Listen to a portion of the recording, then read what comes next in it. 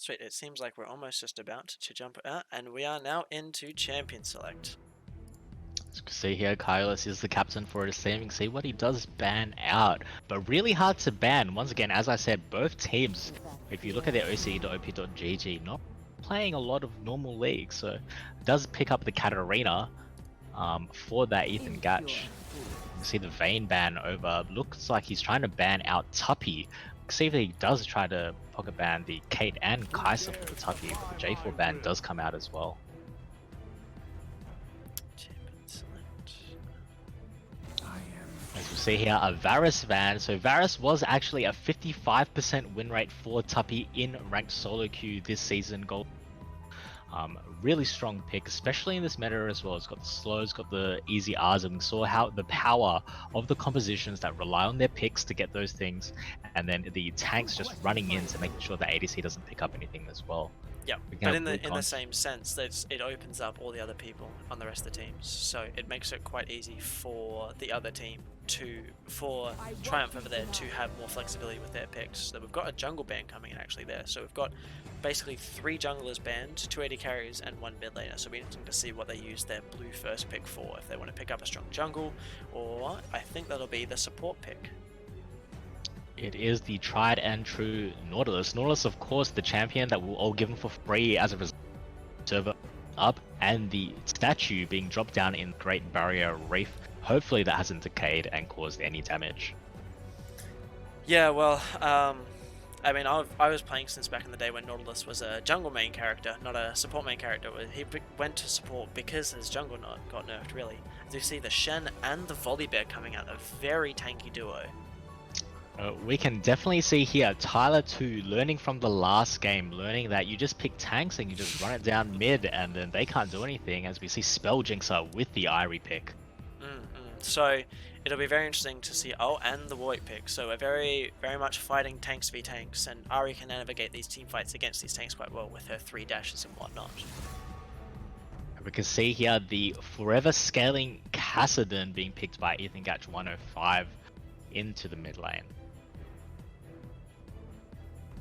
Kassadin, of course, was the one that prevented me from going into Plat Fart 4 due to going 14-0, getting a quadra kill, and then I tilted all the way back down to gold 4, so the solo queue hero Kassadin being picked over by the Tyler2 team. And a top lane ban coming in. Darius is quite heavily used in Shen, seeing that Shen's main defensive measure, his W, does not block Darius's main trading tool, which is his Q.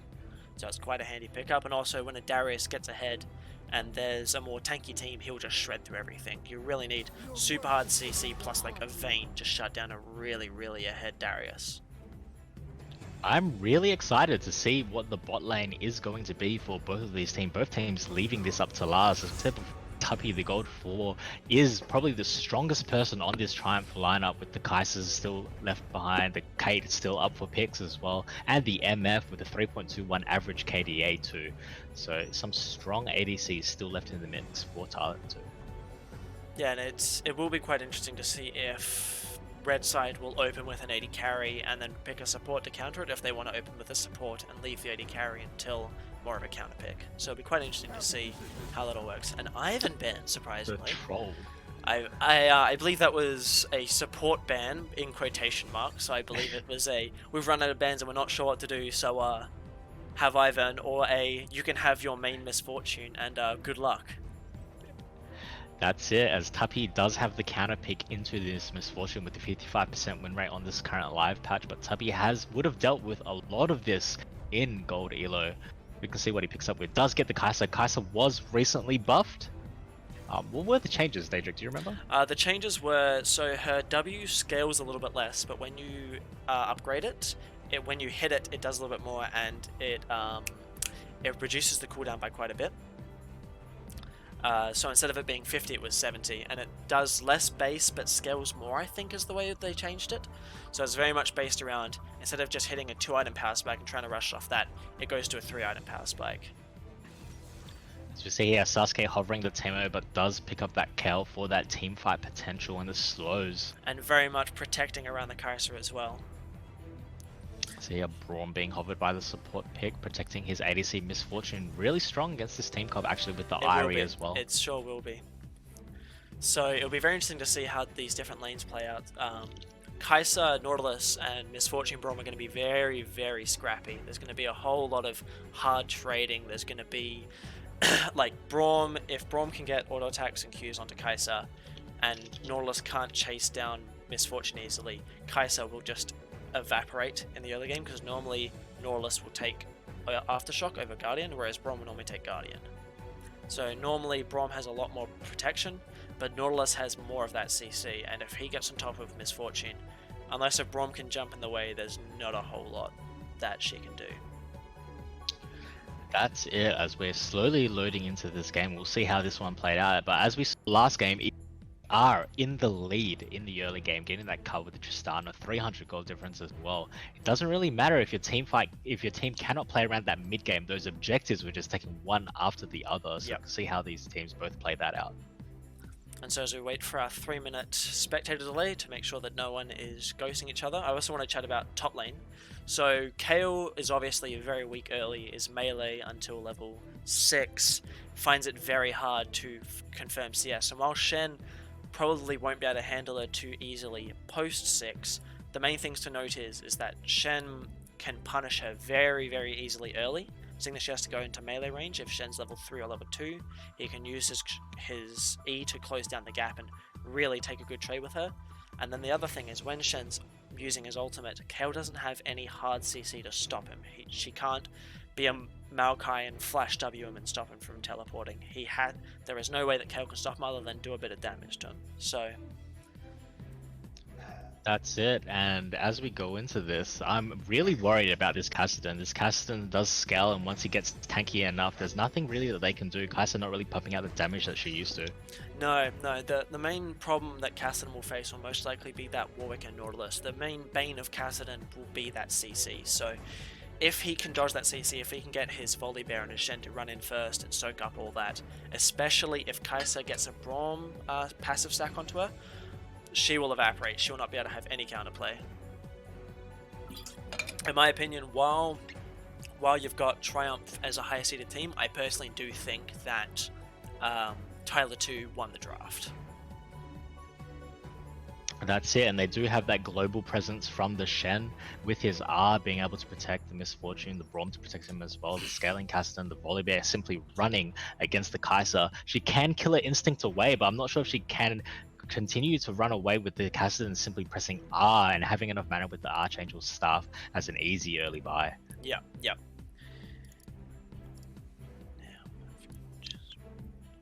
As we see here, the Irie and the Warwick, a lot of pick potential here with the Warwick R's and the Irie Charm, and the Nautilus just cleaning it up. So we might see something pretty cool out of this Kai'Sa team. As we load in with 45 seconds left, our viewers, don't worry, we will have a Clown Fiesta. We will have trouble following the fights, but that is because this is a fun game with UWAnime Tournament Game 2 starting soon with 30 seconds left. Now, I've just realized that my overlay for this game has actually corrupted, so I'm quickly just creating the new one. I have templates, so it won't take me too long. But it was Tyler2 on the red and Triumph on the blue side. And we will save that. And for all of our colorblind players, that was Tyler2 on the slightly darker shade of black and Triumph on the lighter shade of black. Sweet, that's just in time. Which look at that. As we see here, we're finally going to the loading screen, so we can finally see what runes they pick. Are we going to see some random we've never seen before, like Omnistone? Maybe not this time.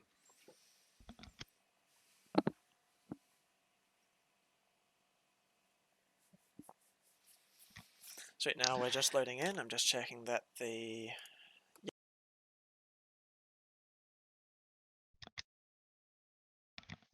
Hopefully it is all good, and as Daedric does fix that overlay, we will once again talk to this game sponsored by Riot Games and Riot Points. As we see Riot Kayle being picked up, the skin game is going strong for this Tuppy team, the Triumph team, with the KDA Kai'Sa. Not quite Prestige Edition, but almost there.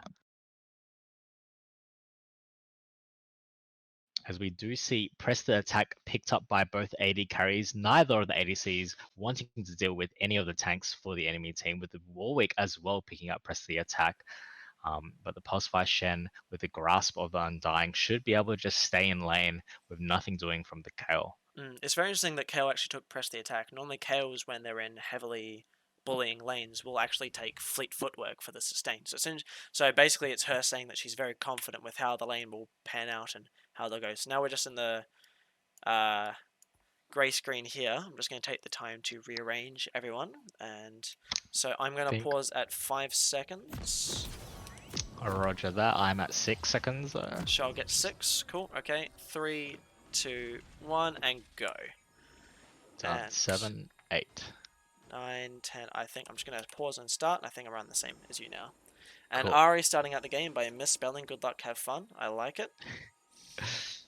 Good luck, fun, have. Pulling in the Yoda strat, showing that she does Force, has learnt it from the Star Guardian unit.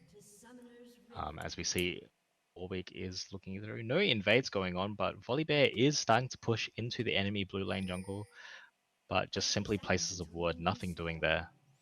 Yep, personally I think, so with red side and placing that early ward, I do prefer to stay around the bush that Shen is just sitting in right now, and you wait until about 50 seconds in, you hit recall, just before you recall you place the ward, and then you back, and then when you back you switch to your sweeper, and by the time you've completed your first camp you have the sweeper back up to either sweep when you walk into the next part of your jungle or whatever, and it makes sure that the Warwick, who has a stronger early game than this Volibear, can't invade him as easily. So he'll have vision, he'll know if Warwick started blue and is running to his red, and he can split the jungle. Do have comments from the chat that the cameras aren't on for this game. We might get that fixed, but we'll see. My apologies, I just got to toggle it on at the start of every single thing, but now it should be working. Too easy with the caster APM from the Daedric Zeus as we start the game with the Irie in the lanes. Already starting to try to push Castellan in, but nothing doing as everyone's just starting the bot side again. No real crazy jungle pathing here. Yep, and Warwick's actually been spotted out with his path onto the Raptors here, so they'll know what he's doing. They'll be able to tell if he's going down to his bot side to try to force a bot side gank, if he's moving to his blue. So it'll actually be pretty good, seeing that Warwick very much relies on trying to get a very strong level 3 gank off. It'll be very hard for him to play around that. As you can see, Shen and Kayle are trading now. Shen trying to take the root of the trades, and then jumping back into the bush, which is a very smart tactic. Basically just easily drops minion aggro, so you can auto-attack and then step back in the bush, and then you don't take as much. You can see here in the bottom lane, Kai'Sa does end up pushing the way with the Cathian Rain. Those 2 extra bullets coming in once she evolves, as they do get the level 2 before they do, looking to push that in, trying to get some plates potentially. However, I'd almost say that they've pushed a little bit too hard.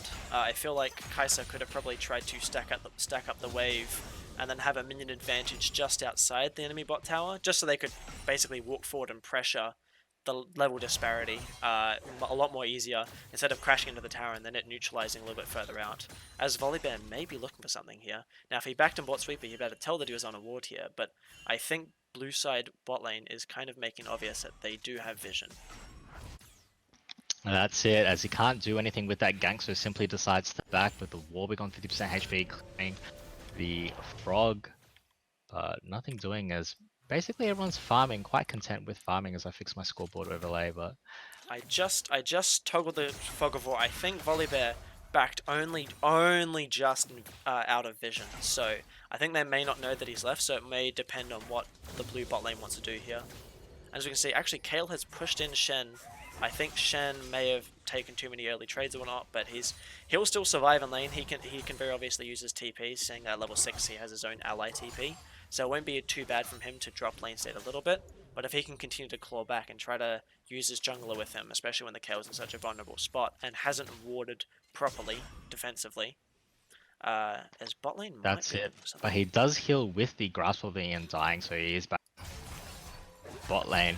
The MF did push with the love taps, but they are getting the lane frozen and they're too scared of this North hiding into that bottom bush. Can't do anything and just losing free experience here as the Kai'Sa's laughing to the bank, getting up that small CS lead, 24 CS to 9, and it's 4 minutes into this game. Yeah, and while I did criticize the hard shove, now that I realize that that's what they're trying to do, they were trying to push it, make it bounce back, which makes a whole lot of sense. As you for the see jungle. here, the Very hook nice hook. onto the MF, but the Warwick looking in, trying to get the gang, and they can't do anything. Catherine Rain doesn't do that much, but a lot of chunks damage onto the MF, having to use the pots, only having biscuits left. They are hard pushing, and they might decide to push this in, but they're simply freezing, denying that experience from the MF. Yeah, and it's a very, very sad lane status. Possibly up top there. KO very, very low, but only just gets out alive. I think Shen may have flashed as well, and KO pushing the agenda further by spamming Laugh and lane. It was probably the right idea from Volibear, but he probably should have tried to push that a lot earlier, as now Warwick is invading into the jungle, putting pressure on that bot side, taking away experience from Volibear, and they may even decide to set up a diet. No, okay, never mind. Warwick is backing away. That is entirely fair, though. It's quite That's hard. it, but he does land the hook onto the Nautilus, get some damage. Catherine Rain coming in with damage. Chunk down to 50%.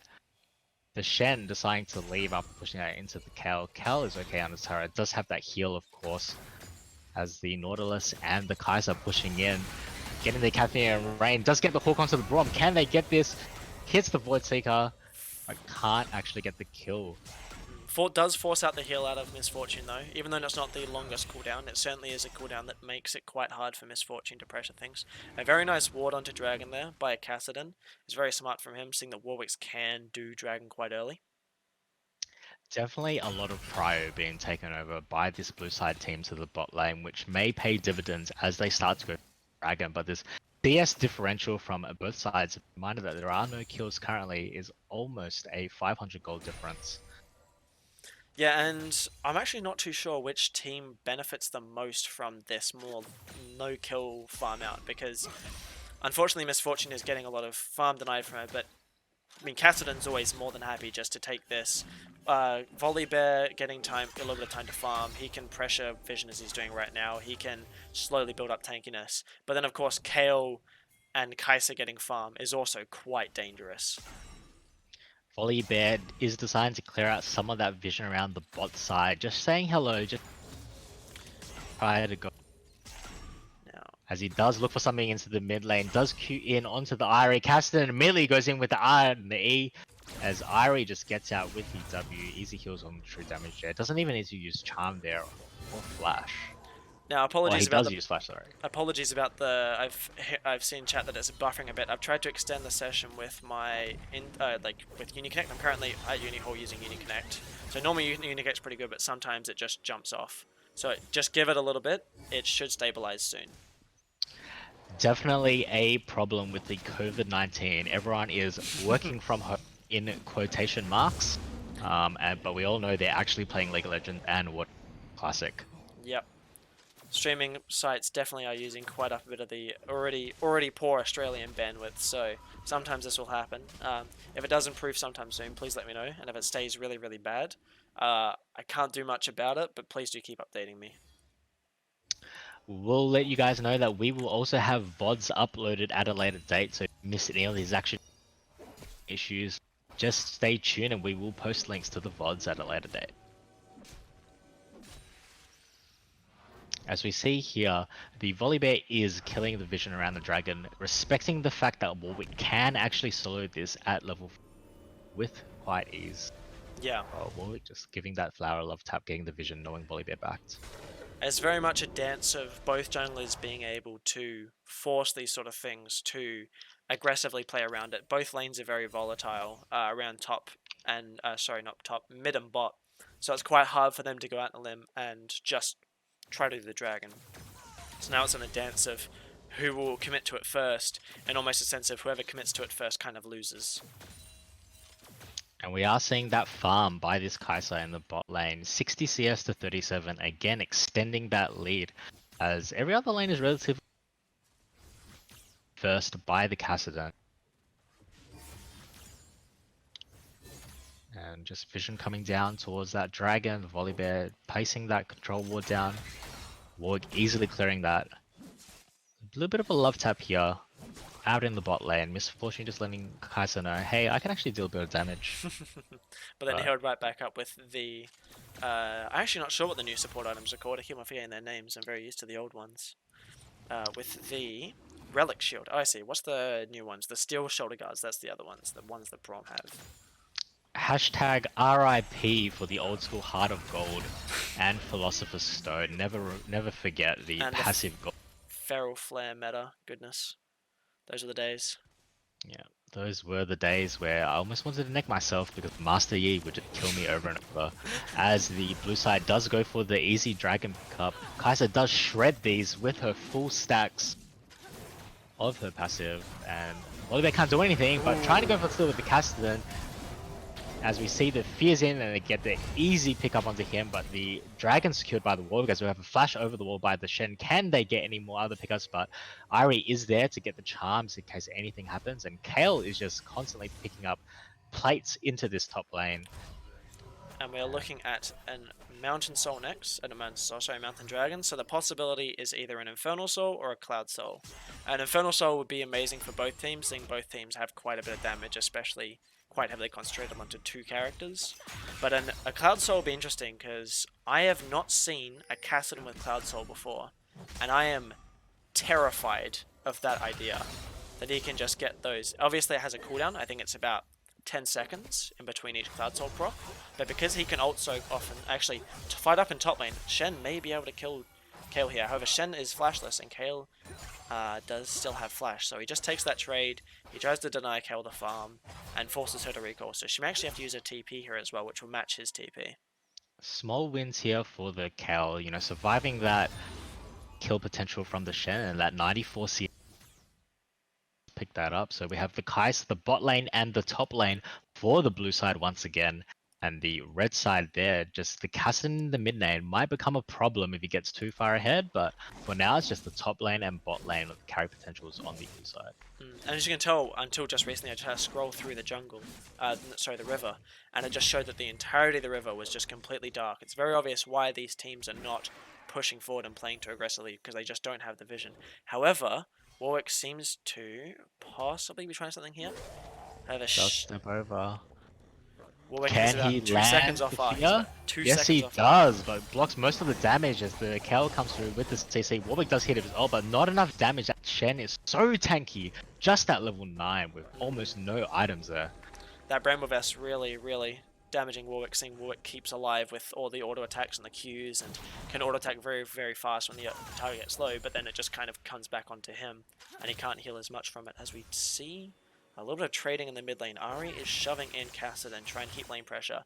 The reason why she's doing this a whole lot is to ensure that Cassidy can't get the lane lead and keep shoving. Because if Cassidy gets the lane lead and shoves out the lane, it means he can rotate to bot, he can rotate to top, he can get that pressure around the map.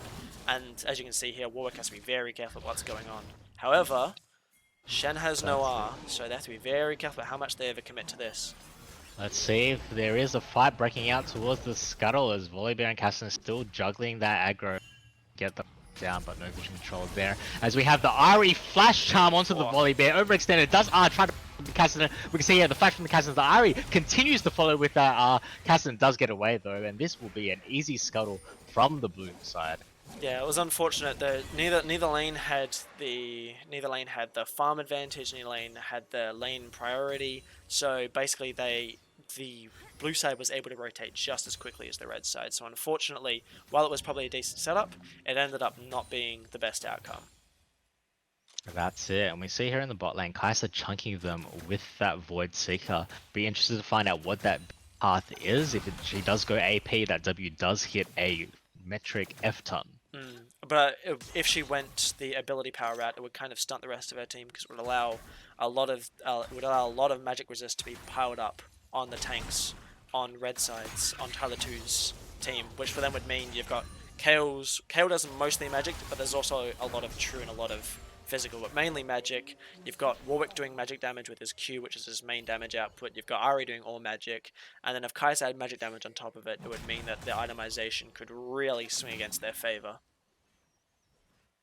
That's it, and we see here, just in the mid lane, the Cassidy slowly extending, chunking out so she does the back and being able to roam up topwards. There is a vision ward here. Let's see if Kale does see that. Is pushing in, getting plates onto the Shen, but Shen knows that Cassidy is there. Is spotted by the ward though, does go back to mid lane. I have just buffered a little bit, if you wouldn't mind pausing. I'm just at 14, 3, 4, 5, 6. 6, I've resumed. Sweet. 8. Thank you. 9. Yep, cool. We're on the same time. It looks like Too easy as the Cassidy does go onto the Ari, misses the charm, Riftwalk does get him go, Volibear tries to kill me, flashes, gets the, he couldn't get the ult though, not enough damage in Ari, too many R charges. As in the bottom lane we see here the Nautilus of the Cassidy pushes in with the killer instinct onto the back line, MF nothing doing, can't do anything, not even the Unbreakable can save her. And we just went from a nothing game to all of a sudden 3 fights in 3 lanes. Here we go. Very much the explosion that I was almost getting bored there, here sitting in my seat, but crack out the popcorn. Cassidy is looking at top though. As we see here, low from a 1v1 before, but look at can these they minion 1v1? The Kale with the Divine Judgment does pick up that play. Blue side, too much going on for them with the Scully. Might be able to get the T2, but Volibear there is there to support. Obviously, we look at the 3 kills, triple kill, 500 gold bounty, 140 CS to 86 for the Kale versus and also a 2.3k gold lead up on the Shen. So yeah, the KO is pretty big. The Cassidy should have waited another couple of seconds just to try to get that, let the minions hit the tower. Problem is he came in just before they were hitting the tower, and they all turned and started attacking him, so he would have been able to win that 1v1 if it wasn't for all those minions just turning around and annihilating them. So I don't think Volibear can do anything here. It'll be very interesting to see what's the next dragon. It'll be a Cloud Soul, which is interesting. It's not as strong as all the other ones. A lot of people see it as the weakest one. However, in certain team comps, it is very, very strong. I personally think Kale and Kai'Sa are 2 people that utilize it very, very well. But then there's people like Nautilus that won't as much, because Nautilus will normally run down the person that he ults with his Q, so doesn't really have to worry about it. The problem now is that they don't have a lot of defensive vision on their bot side, so bot has to be forced to come into mid, and they try to rotate their Cassidy out to bot side, and there's a bunch of minions dying on bot side. So Cassidy's just slowly losing gold, which is the last thing you want on the main scaling person on your team. That's it, and Kel is just going back to the top, you know, she knows she's far ahead of Shen, she could probably push her the Nexus without any tester, knowingly that she'd 1v1 the ease, so here we might just see a split push strategy here as the Kai'Sa does use the mastery points, baiting, trying to bait that red side team as the Volibear does get hooked with the Naught Q, does need to flash away, bites off more than can do. Cathy and Ray can't do anything against that Unbreakable by the Braum. And the Cloud Dragon speed up zone just helping him out there even more. Does get the hook, re-engage, does get the bullet time onto the MF. Warwick immediately jumps in, does suppress the wrong target, but doesn't really matter. MF can't do anything. The flash charm onto the MF. She's dead. Shen trying to run for his life, but taunts back into the 5-man. This is not a recipe for success, as easily picked up by Tuppy onto the blue side. And it was very unfortunate. He chose a target to ultimate towards, which I believe was the Braum. But the Braum died so quickly that he couldn't even get into the fight. So he was trying to walk over, his ult was on cooldown, and it was very hard for him to get into that fight because he didn't get that shield and then immediately in the face of the enemies. If he was able to jump in when the Braum was dying and get a decent taunt, that Misfortune ult would have shredded. So it was very, very lucky that blue side killed Braum as quickly as they did. That's it, and while that was happening, Caston farming into the bottom lane, knowing that he has that carry potential in the late game if they can get there, but this 8k gold differential, blue side is on a timer, they do know that, and they are picking up these kills, they are picking up these hooks onto the enemy carriers. We can see if they do rotate this into a Cloud Drag spawning in 2 minutes 30. Yeah, definitely, and they may actually try, when it spawns, to try to get another Rift Herald. So the only problem is with getting another Rift Herald, if they try to break, say, an inhibitor tower and then hit an inhibitor, if they can't continue the pressure with taking an inhibitor this early in the game, is that they actually funnel a lot of gold into mid lane while also denying themselves gold. So because the super minion tanks a lot of the minions, does not die to them, it kills all of the enemies, it kills all of your minions, so the enemy is getting denied. The enemy that took your inhibitor is getting denied all of these experience and gold from these minions, and you're getting the entire wave delivered to you at a very safe spot in your base, because none of the minions really die due to the fact that the super minion will take most of it and it won't die from a lot of the things. So they have to be very careful if they want to pick up this Rift Herald respawn, that they won't use it in a spot that will actually put them in a disadvantage. That's it, and we can see both sides prioritizing that bot lane river as Shen and Kel duke it out slowly in the top lane. Neither of them taking damage. Kel can't really dive anymore with the Shen getting a lot of tanky items. But nothing too much, no real AP items being built on the Shen. Is that a mistake, Daedric? It depends. Kel seems to be going for that Blade of the Rune King, where the bonus damage on extra health comes on the physical side. So all that bonus damage she's dealing when people have more health. Actually, we may be looking at a fight here. Depends if Kai'Sa can get out. That's it, and she does back. She knows they're hunting for her. She has killer instincts, so do they, and she knows. Easily pick up the Rift Herald, trying to hunt for the Kai'Sa. And I don't believe they think that they went back, and I believe they thought she was walking back, and they peeked out of that tri-bush and saw that she wasn't there and thought she got past them. They didn't. I don't think they expected her to step back. So it's actually a very smart decision. That's it, and we see the pings coming down from the blue side into the mid lane. One shove. Kai'Sa does pick up the red for this dragon spawning in 30 seconds. Red side does have the scuttle, but is about to expire as they're fighting for vision. Not too many wards in the inventories of both teams, so we're going to see a fiesta around the dragon pit. We sure are. The lack of vision is really going to be interesting if one team or the other can handle it, because even with blue side in their lead, if they walk into a vision deficit and they get CC chained by Shen, Volibear and Braum, all that time can just be spent getting mowed down by Misfortune. While she isn't super ahead, she still has that fully completed first item, but it seems like they're backing up from the dragon in exchange to try to kill Kayle with that big 1,000 gold really bounty. want this Kayle down as the taunt comes in onto her. She can't do anything, but does have that divine judgment. Most of the damage. Can she get the pick up of the Shen? Yes, she can. 1-for-1 trade, but they do lose the dragon as a result of giving up that pit. And that shutdown gold goes directly into the pockets of Kassadin, the last person we're going to go into. So interesting to see if he's able to utilize it or not there. That's it, but the third dragon does get picked up by the side of the Triumph team. As we all know, you don't really want to fight for that fourth dragon when you don't want to, so it might force you into fights that you don't want to take. Yeah, and that's one of the main ways that you can win a game from pressuring the early game, is just forcing the enemy to come to you on this fourth dragon and basically say, look, we have a win condition and it's this dragon soul. You have to come to us at a bad spot and try to fight us, and if you lose the dragon, you lose the game. If you lose the fight, you lose the game. And we can definitely see here, they're just slowly choking them out with Triumph, easily taking vision. If you look at the vision, bot side is just completely filled as Volibear comes in with the ult, does get Shen ult to Killer Instinct to protect himself, bullet time coming in, doesn't hit anyone as Warwick overstays his welcome. Goodbye, shutdown coming in straight towards the MF. And will this teleport make it in time? I believe it will. Kayle not able to but take lots that of damage tower. coming out, misses the taunt. She does output that damage though. Yeah, it gives him the Radiant Blast and Celestial Blessing, just to make him know that she can still do damage. Whoa. As the Volibear comes in, straight jump there and the taunt CC. Tasugay could not win a gun out of there. This And while all of them are there, blue side have actually not used that pressure elsewhere. They could have gone and tried to take in bot tower, which the minions may take it. I believe Misfortune will probably get there beforehand.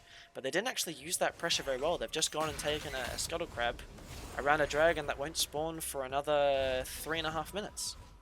So that's it. it's actually a pretty good play tunneling that many people in, because they weren't able to capitalize on the fact that the numbers were so stacked up towards that top inhibitor tower. We are very early in the game, 22 minutes, and already up to dragons.